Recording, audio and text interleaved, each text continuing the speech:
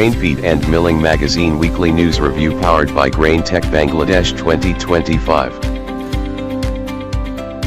Euler's Grain Innovation Center, a powerhouse for innovation, opens its doors. Insect tomat use across multiple countries. Corn storage facility installation begins in Bolivia. Significance of mechanical ventilation for grain storage. Last season rice yield in Changsha exceeded 600 kilograms per mu in China. Poultry industry rakes up Euro-tier metals. Delta sends off first flight from MSP using Minnesota-grown sustainable fuel. Ukrainian egg market hit with oversupply. A regular advertiser.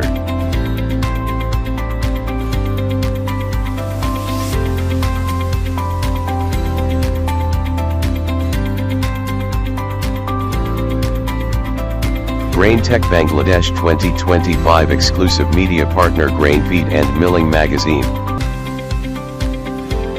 Thanks for watching.